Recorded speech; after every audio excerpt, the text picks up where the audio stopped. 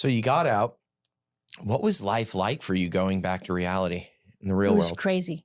So Steve picked me up. My daughter was at UCF, so she came down. And when they opened the doors, I went running out I gave everything I had away to all the other girls. And I went running out with all my crocheted. I learned how to crochet. And my daughter kissed me. And then Steve says, okay, honey. So, you're thinking like, oh, I haven't been with somebody in 7 months. Let's go back to the house. He had till 12 o'clock to get me to the halfway house. Otherwise I was considered, So we tried to time it so that we would have like a visit, right? So we jump in the car and he had all my favorite things, flowers. He had these sourdough pretzels that I love, all this fruit, just like, honey, engorge yourself.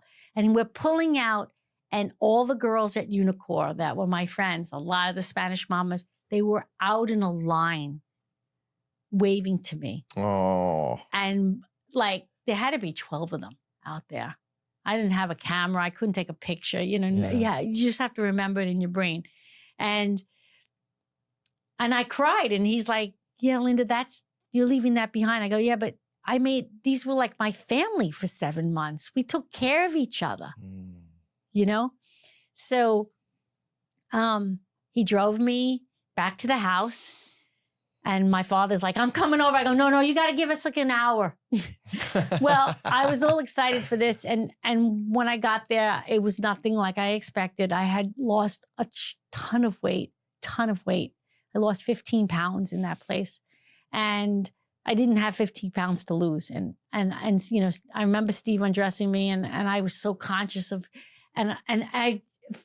what I thought would be this romantic interlude turned out to be, let's just lay on the bed and hug each other, because I wasn't there. And the only thing I could think about was, I need to get to that halfway house. Otherwise, it just wasn't the right time. Yeah.